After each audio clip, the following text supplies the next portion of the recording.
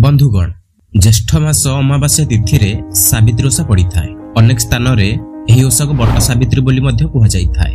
एही दिन रे नारी माने निज स्वामी मानकर दीर्घायु कामना करी निष्ठा सहकारे एही ओषार पालन करिथांती। एही दिन रे माता सावित्री जम मुखरु निज स्वामी को छड़ाई आनिथिले। सेही कारणरू एही दिन को सावित्री अमावास्या रूपे पालन करा जाउछि। जेउ विवाहित महिला माने एही ओषा को निष्ठा सहकारे परिथांती सेमानक स्वामीर आयुष दीर्घायु होइथाए। एथिसह भगवान ताको स्वामी को दीर्घायु करिबा सह मनोवांछा पूर्ण मध्य करिथांती।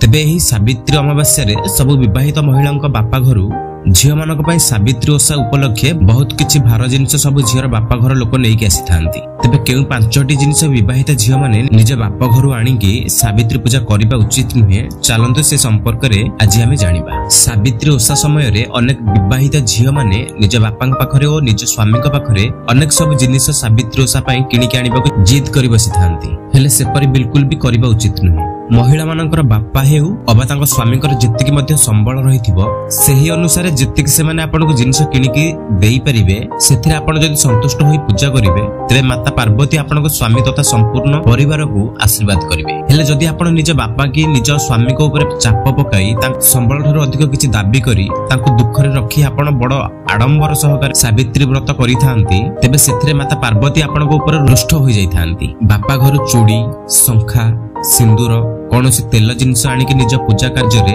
लगांतु नहीं। बापा घर जहा मध्य मिलुछि ताहाकु सम्मानर सह रखिकी अन्य दिन रे व्यवहार करंतु। हेले निज स्वामी को टंका रे किना जाइथिबा शंखा सिंदूर और चूड़ी साड़ी आदि पूजा व्यवहार करंतु। एहा द्वारा माता पार्वती प्रसन्न होई आपनको स्वामी और परिवार को आशीर्वाद करिथांती। धन्यवाद। जय जगन्नाथ।